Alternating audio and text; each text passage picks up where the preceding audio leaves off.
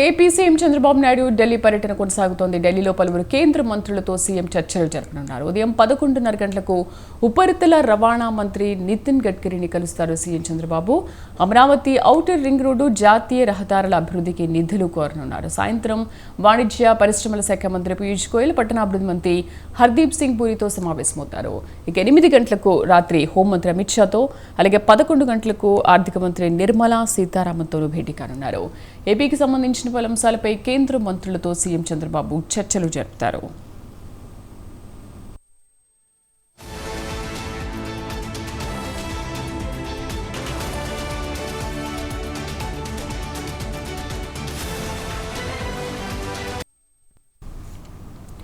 AP CM Chandrababu Naidu Delhi పర్యటన కొనసాగుతోంది. ఢిల్లీలో పలువురు కేంద్ర మంత్రులతో సీఎం చర్చలు జరపనున్నారు. ఉదయం 11:30 గంటలకు ఉపరితల రవాణా మంత్రి నితిన్ గడ్కరీని కలుస్తారు CM Chandrababu. Amaravati outer ring road, జాతీయ రహదారుల అభివృద్ధికి నిధులు కోరనున్నారు. ఇక సాయంత్రం వాణిజ్య పరిశ్రమల శాఖ మంత్రి పీయూష్ గోయల్, పట్టణాభివృద్ధి మంత్రి హర్దీప్ సింగ్ పూరితో సమావేశమవుతారు. రాత్రి 8 గంటలకు హోంమంత్రి అమిత్ షాతో, రాత్రి 11 గంటలకు ఆర్థిక మంత్రి నిర్మలా సీతారామన్తోనూ భేటీ కానున్నారు. ఏపీకి సంబంధించిన పలు అంశాలపై కేంద్ర మంత్రులతో సీఎం చంద్రబాబు చర్చలు జరుపుతారు.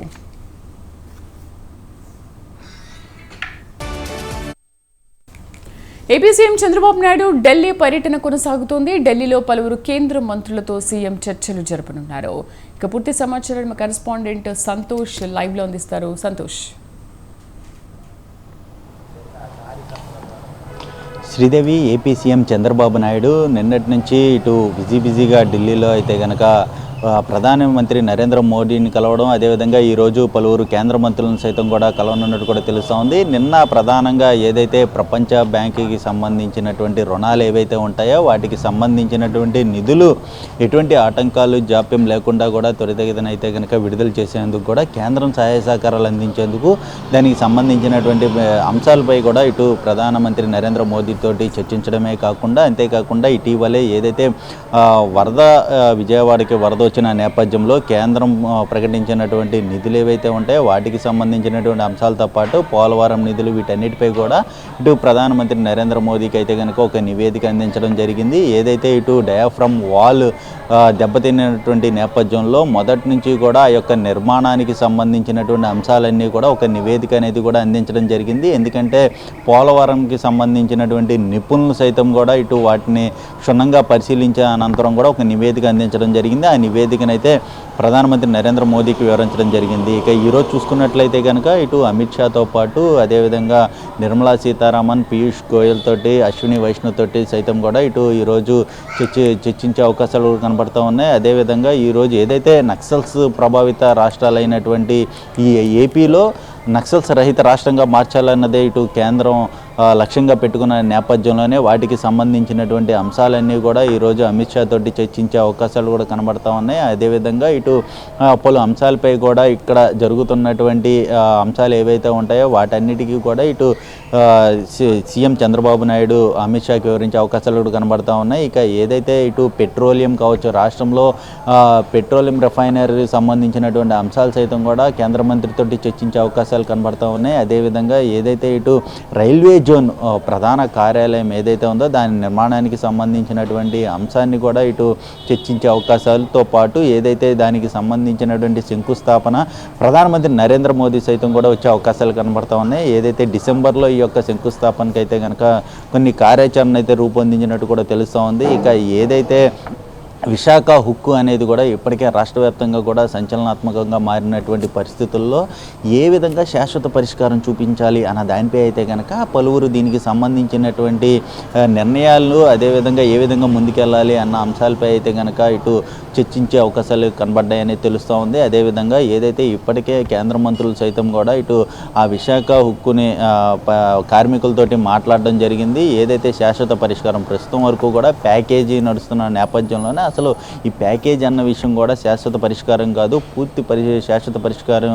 అదేవిధంగా రాష్ట్రంలో ఏదైతే మెయిన్గా ఉన్నటువంటి ఈ యొక్క విశాఖ ఉక్కుని పూర్తి స్థాయిలో అయితే కనుక గాడిలో పెట్టి అభివృద్ధి దిశగా తీసుకెళ్లే విధానపరమైనటువంటి అంశాలను సైతం కూడా చర్చించే అవకాశం అవకాశాలు కూడా కనబడతా ఉన్నట్టు తెలుస్తూ ఉంది. ఇక ఏదైతే కొత్త రైల్వే జోన్లు సైతం కూడా ఇటు ఏపీలో వచ్చే విధంగా, అదేవిధంగా వందే భారత్ రైళ్లు కావచ్చు, అదేవిధంగా పూర్తి స్థాయిలో ఈ రైళ్లు ఇక్కడ నుంచి వారణాసి, విజయవాడ నుంచి వారణాసి కావచ్చు, అదేవిధంగా విశాఖపట్నం నుంచి వారణాసి కావచ్చు, ఇలా పలు రైళ్లతో పాటు కొత్త రైల్వే నిర్మాణాలను సైతం కూడా చేపట్టే విధంగా కేంద్రం నుంచి సహాయ సహకారాలు కూడా కోరే అవకాశాలు కూడా ఈ యొక్క చర్చకు వచ్చే అవకాశాలు కనబడతా ఉన్నాయి. ఇక ప్రధానంగా చూసుకున్నట్లయితే కనుక పోలవరం అంశం అనేది కూడా ఇటు పూర్తి స్థాయిలో ఈ యొక్క ఇప్పటికే నిధులు బకాయిలు అనేది కూడా విడుదల చేయడం జరిగింది. ఏదైతే కేంద్రం ప్రకటించినటువంటి నిధుల ఆధారంగానే ఇటు పూర్తి స్థాయిలో రాష్ట్రానికి సహాయ సహకారాలు అందిస్తున్న నేపథ్యంలోనే వాటిని సైతం కూడా విడుదల చేసినటువంటి పరిస్థితులు కనబడతా ఉన్నాయి. ఇక ఏదైతే మొన్న ప్రకటించినటువంటి బడ్జెట్లో ఇటు పారిశ్రామిక సంబంధించినటువంటి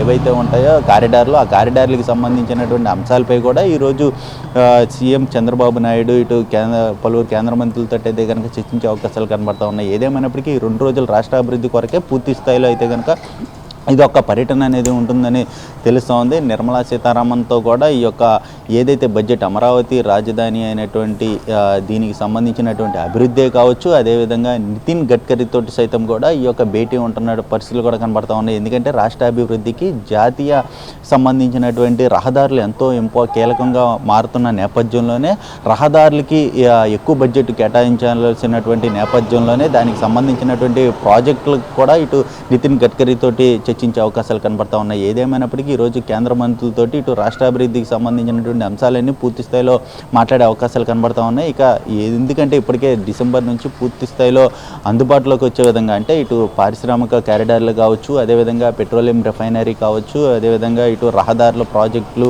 రైల్వే జోన్ విస్తరణ, ఇవన్నీ కూడా పూర్తి స్థాయిలో అయితే కనుక ఇటు రాష్ట్రం అభివృద్ధి చెందాలి, అదేవిధంగా పెట్టుబడులు ముందుకు వచ్చే విధంగా కూడా ఇటు కేంద్ర సహాయ సహకారాలతో పాటు ప్రపంచ బ్యాంకు నుంచి రుణాలు విడుదల చేసే నేపథ్యంలో ఎటువంటి జాప్యం లేకుండా కేంద్ర సహాయ సహకారాలు ఇవన్నీ కూడా పూర్తి స్థాయిలో అయితే కనుక కేంద్రం నుంచి సహాయ సహకారాలు అందించే విధంగా కూడా ఇటు సీఎం చంద్రబాబు నాయుడు మాట్లాడడంతో పాటు, అదేవిధంగా ఏదైతే పార్లమెంట్ ఎంపీలు ఏదైతే ఉంటారో ఇక్కడ రాష్ట్రంలో ఉన్నటువంటి ఎంపీలు సైతం కూడా దానికి సంబంధించినటువంటి అభివృద్ధికి సంబంధించినటువంటి ఒక అంచనాకి సంబంధించినటువంటి అంశాలు ఏవైతే ఉంటాయో వాటన్నిటిని కూడా ఒక నివేదిక రూపంలో చంద్రబాబు నాయుడుకి అందించే విధంగా కూడా ఇటు అక్కడ ఉన్నటువంటి ఎంపీలతో కూడా డిస్కషన్ వచ్చినటువంటి పరిస్థితులు కూడా కనబడ్డాయి. ఏదేమైనప్పటికీ ఈ అంశాలన్నీ కూడా ఇటు రాష్ట్రాభివృద్ధి కొరకే అయితే కనుక ఈ యొక్క ఢిల్లీ టూర్ అనేది ఉన్నట్టు కూడా తెలుస్తూ ఉంది. శ్రీదేవి.